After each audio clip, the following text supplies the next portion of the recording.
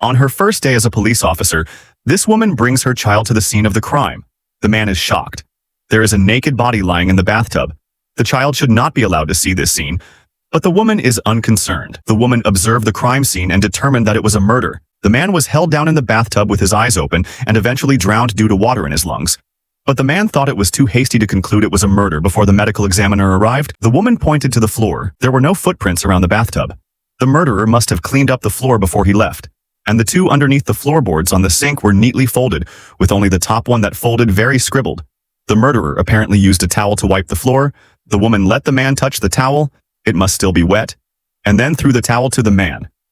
The man had to admit that the other side is right, followed by the woman turned her attention to the glass next to her. The style is obviously not the same as the one used in the hotel, which means that the deceased last night asked another person to come to the hotel, and it is highly probable that it is a beautiful woman. The man pulled out the ID card from the dead man's pants pocket, thinking that if he went to the nearby bar to check it out, he would know whether the woman was right or not. The waiter in the bar still had an impression of the deceased, having come in last night with a very pretty brunette woman in her 40s.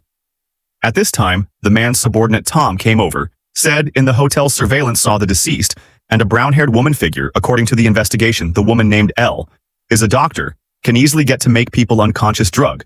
But L said that last night, drunk, and the deceased and the bar and the love of the deceased together to go to the hotel. The deceased bath time L woke up, and then directly left.